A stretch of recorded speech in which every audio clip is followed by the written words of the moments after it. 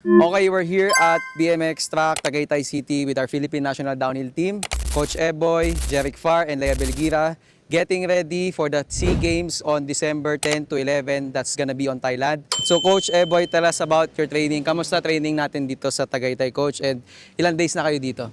Bali today, no, nag-interval kami. Since umuulan, so indoor lang kami.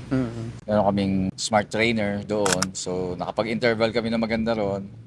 And then ngayon, parang pinaka-cool down namin is sprinting dito sa BMX track. Nagpa-pump kami, so skills pa rin ang training namin ngayon. Dumating kami dito last week, Thursday. So nakapag-trail na kami sa Poppies. So andito kami hanggang katapusan sa 30. Okay, so Jeric Far, what's your mindset going sa SEA Games naman on December 10 to 11? Mindset ko, maging confident lang and mag-enjoy din syempre dahil yun naman ang pinaka-importante.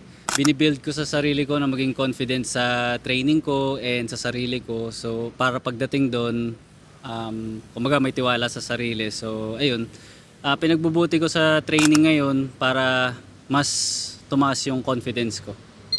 Lea Belgira, how does it feel to represent the Philippines going sa SEA Games?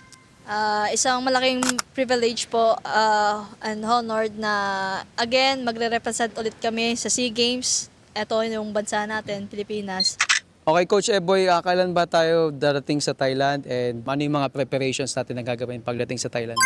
So yung team nagpaplano ng early arrival doon. Siguro 2 or 3 alis kami para makapag-acclimate yung mga athlete natin doon. And siguro kahit na sabihin natin 3 hours yung biyahe, makapahinga rin sila ng maayos doon.